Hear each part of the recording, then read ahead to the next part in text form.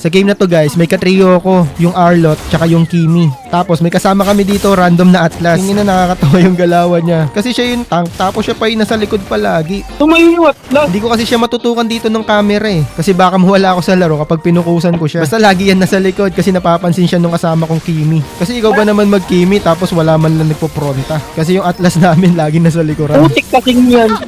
Mas nauna pa tumakbo yung Atlas. Tingnan nyo naman yung Atlas namin, no? Puno pa yung buhay. Gago ka ba? Tapos dito, may turtle na. Kaso yung roam namin level 2 pa lang. Kaya dito, sinubukan ko na lang makipag-retrihan. Kaso wala eh, naagawan ako. Tapos, ang ginawa ko na lang dito, promade na lang ako dito sa gold lane. Nabigyan ko naman dito yung MM nila. Kaso nung pangalawang turtle na, patay na naman yung roam namin. Kaya dito sabi ko, wag na i-contest. Kaso dito, yung Arlot namin, na corner, kaya nabigyan siya. Nabuhay. Tignan mo. Tignan mo gagawin niya, bro. Inis na inis yung Kimi namin dito sa Atlas eh. Tingnan nyo naman kasi yung ginagawa ng Atlas namin. Tapos dito, bibigyan ko sana yung MM nila. Kaso nandyan na pala yung Kaja. Nahatak ako. Tingin na may Atlas pala akong kasama dito. Palaging late pumasok ang putik. Mag-uulti kung kailan mamamatay na siya. Putik na yan. Baka kasi mag-Atlas nakaka-bad trip. Mas nauna pang tumakbo. Ang tigas ng panga ng Atlas oh. May gana pang man trash talk. Napakaswerte ng mukha nung Tamos oh. Kuha niya lahat yung turtle. Kaya ang ginawa ko na lang dito, trade na lang ako sa farm niya. Wala, mahirap ipilit yan kapag na-earlyhan. Kaya ganito na lang ginagawa ko. Hindi rin naman ako maabutan ng mga yan eh. Tapos dito, binugaw ko na nga yung Tamos para makatakbo tong Mia. Tapos pinag-ulti ko lang. Tapos tingnan nyo ginawa nung Mia, pinalagan. Taragis na yan, hindi na lang tumakbo. Tapos yung malala, sumama pa tong Atlas.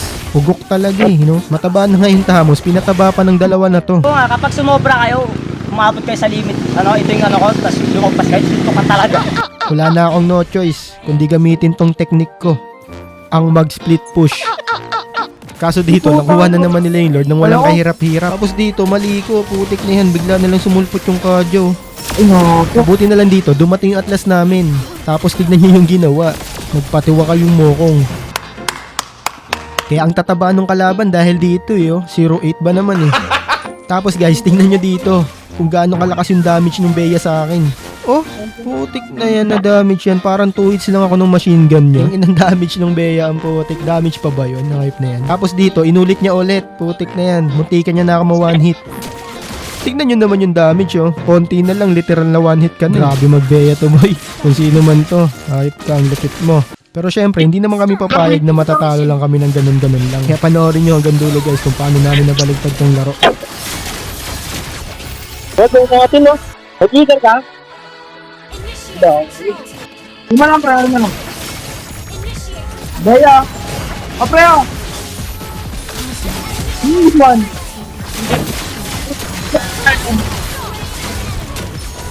Gawin natin, pre. Tapos to. Tapos. Ito pa.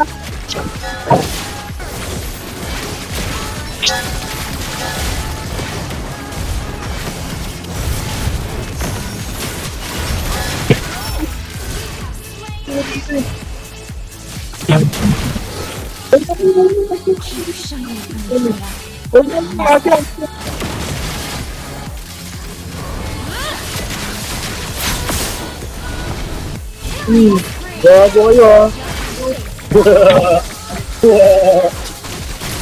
Gago.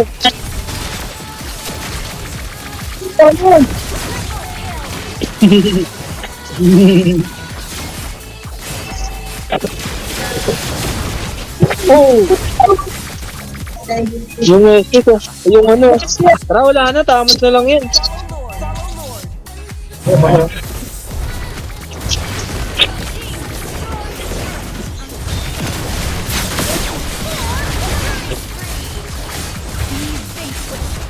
Ano pang ano ah?